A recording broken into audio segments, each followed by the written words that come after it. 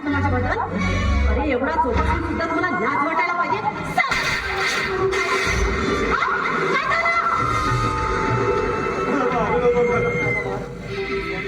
काय झालं? तू म्हटलं मी सहन करीन ग. करावंच लागेल.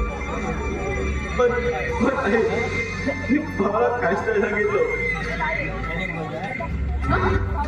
काहीच नाही सांगितलं? काहीच नाही सांगितलं. हे तुझ्या मेलेल्या आईची खबर. माझ्याबद्दल काही सांगितलं नाही म्हणून.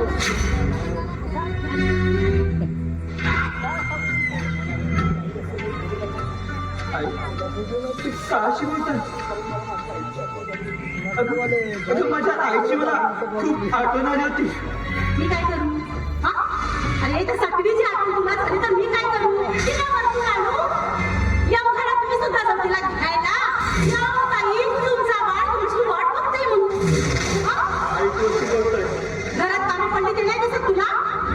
तू करणार आहेस की तुझी वरतून आई येणार आहे की तुझी बहीण येणार आहे की कार्टिंग असं भाव करणार आहे? आई मी करतोय काम. पण आई मला खूप भूक लागली आहे ग.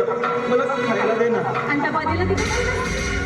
अगं तू जे डबा दिलं होतंस ना ते शिळं नव्हतं ग.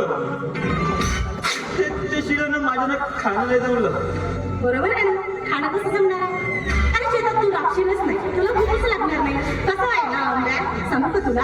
आणि तू शेतामध्ये राबतो ना, त्याचं पोट अगदी खालती गेलेलं असतं. ती कडून भूक लागते ना, मग त्याच्यासमोर आंबलं सुनी चिमलं बरोबर पोटात जातं.